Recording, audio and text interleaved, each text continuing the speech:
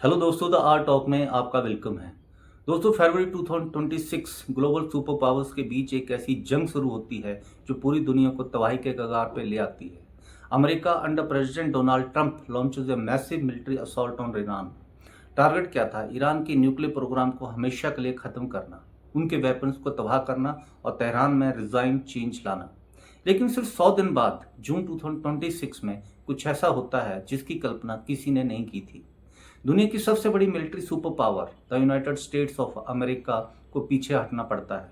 On June 15 Donald Trump announces a peace deal और 19 June को Geneva में एक formal memorandum of understanding sign होने जा रहा है।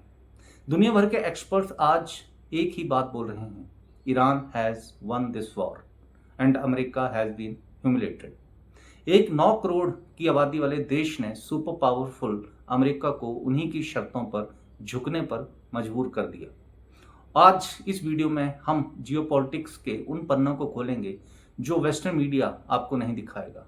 हम कंपेयर करेंगे ईरान की प्री वॉर और पोस्ट वॉर कंडीशंस को और देखेंगे कि कैसे डोनाल्ड ट्रंप का मैक्सिमम प्रेशर उन्हीं पर उल्टा पड़ गया।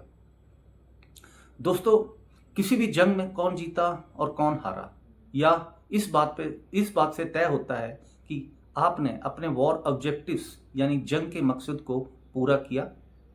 जब अमेरिका ने फरवरी में ईरान पर अटैक किया तो उनके 3 क्लियर टारगेट थे। 1, ईरान के न्यूक्लियर इंफ्रास्ट्रक्चर को जड़ से उखाड़ फेंकना। 2, उनके डेंजरस बैलिस्टिक मिसाइल प्रोग्राम को फ्रीज करना।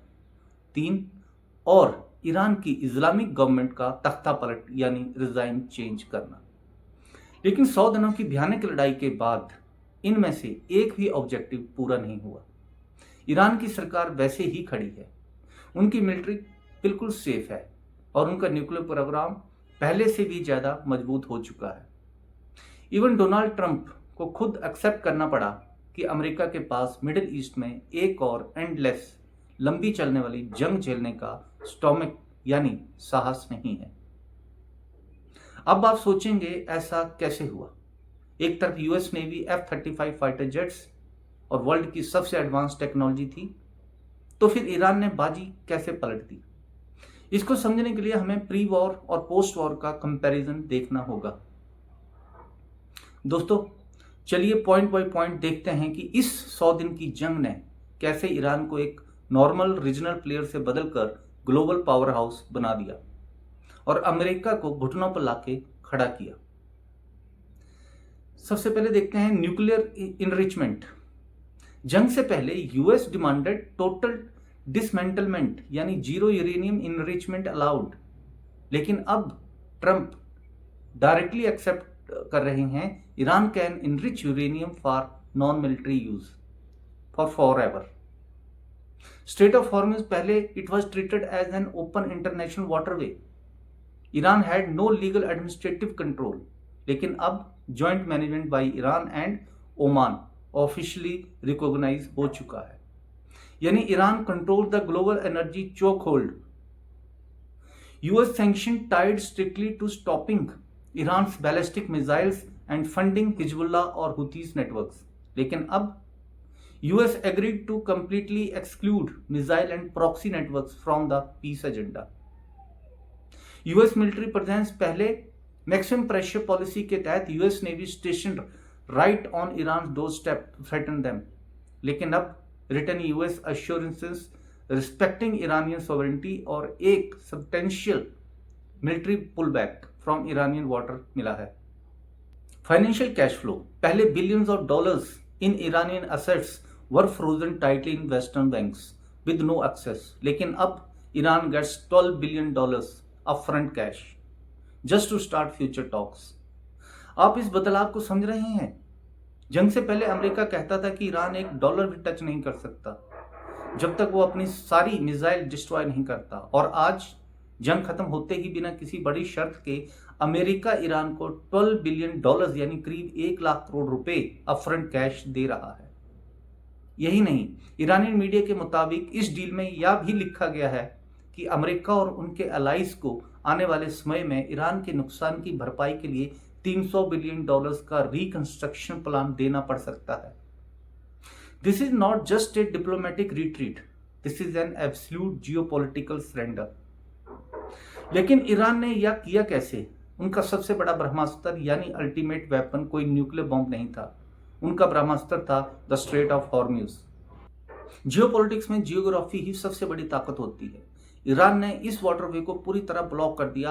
आपको बता दें, दुनिया का 20% से ज्यादा क्रूड ऑयल इसी छोटे से रास्ते से गुजरता है। जैसे ही ईरान ने इसे बंद किया, पूरी दुनिया में फ्यूल, एनर्जी और फर्टिलाइजर का एक भयानक क्राइसिस पैदा हो गया।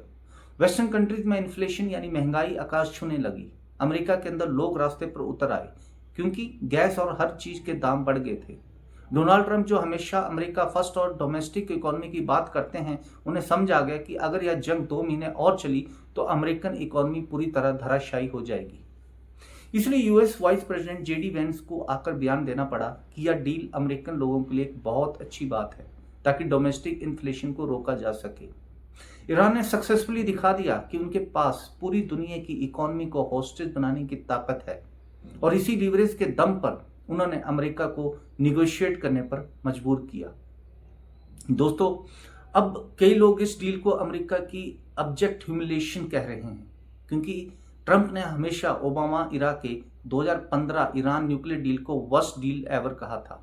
लेकिन एक्सपर्ट्स का मानना है कि ट्रंप की यह नई डील पुरानी डील से भी बदतर है क्योंकि इसमें ईरान को बिना किसी स्ट्रिक्ट रिस्ट्रिक्शन के अरबों डॉलर अपफ्रंट कैश दे दिए गए हैं।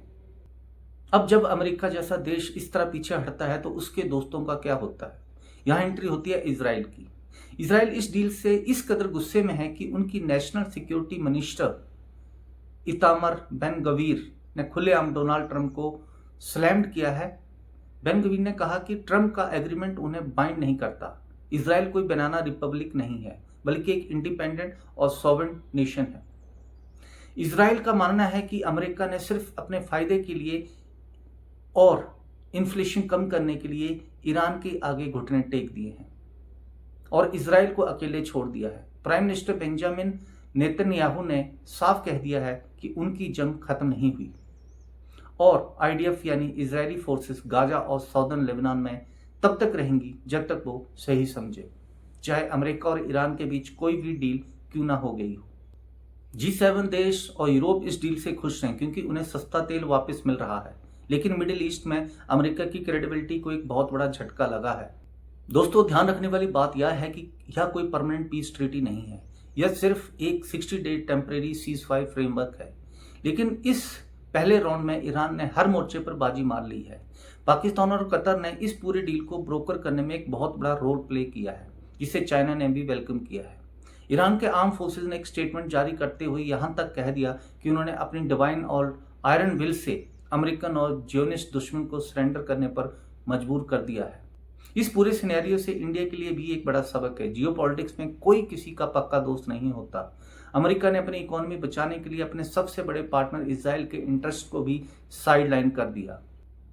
तो क्या 19 जून को डोनाल्ड ट्रंप यूएसए का सरेंडर डॉक्यूमेंट साइन करने जा रहे हैं?